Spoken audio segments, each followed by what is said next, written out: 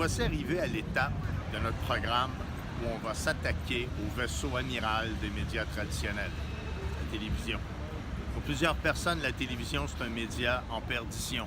D'ici quelques années, ça n'existera plus parce que les gens ont pris l'habitude d'écouter leur contenu sur toutes sortes de plateformes. Et pourtant, quand on se penche sur les derniers chiffres du CRTC, on réalise que les Canadiens, enfin que le Canadien moyen, accorde encore de 25 à 26 heures d'écoute à la télévision.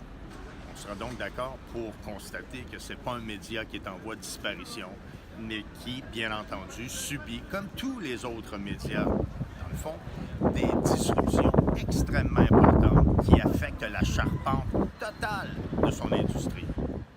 L'autre élément que nous allons aborder dans ce module est ce que j'appelle le glossaire de la télévision. On va apprendre les termes qui sont les plus souvent utilisés dans ce milieu. Et comme tel, l'ensemble des chaînes de télévision peut se résumer en deux principales catégories. Il y a d'abord les chaînes qu'on appelle privées, comme TVA notamment, comme RDS. Quand on dit privé, ça veut dire que ça appartient à un grand groupe. Dans la plupart des cas, ces grands groupes sont aussi cotés en bourse. L'autre grande catégorie, que vous connaissez très bien aussi, ce sont les chaînes publiques. Public veut dire qui est financé par l'État. Et à ce titre, ça sera soit des gouvernements provinciaux, Télé-Québec, Télévision française de l'Ontario, TFO, ou soit le gouvernement fédéral comme Radio-Canada.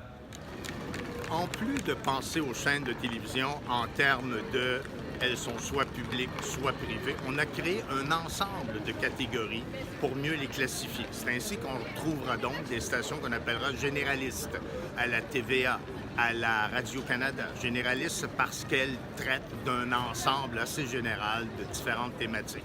On aura aussi, en opposition, des chaînes spécialisées. Spécialisées en information, RDI, spécialisées en sport, RDS, en météo, etc.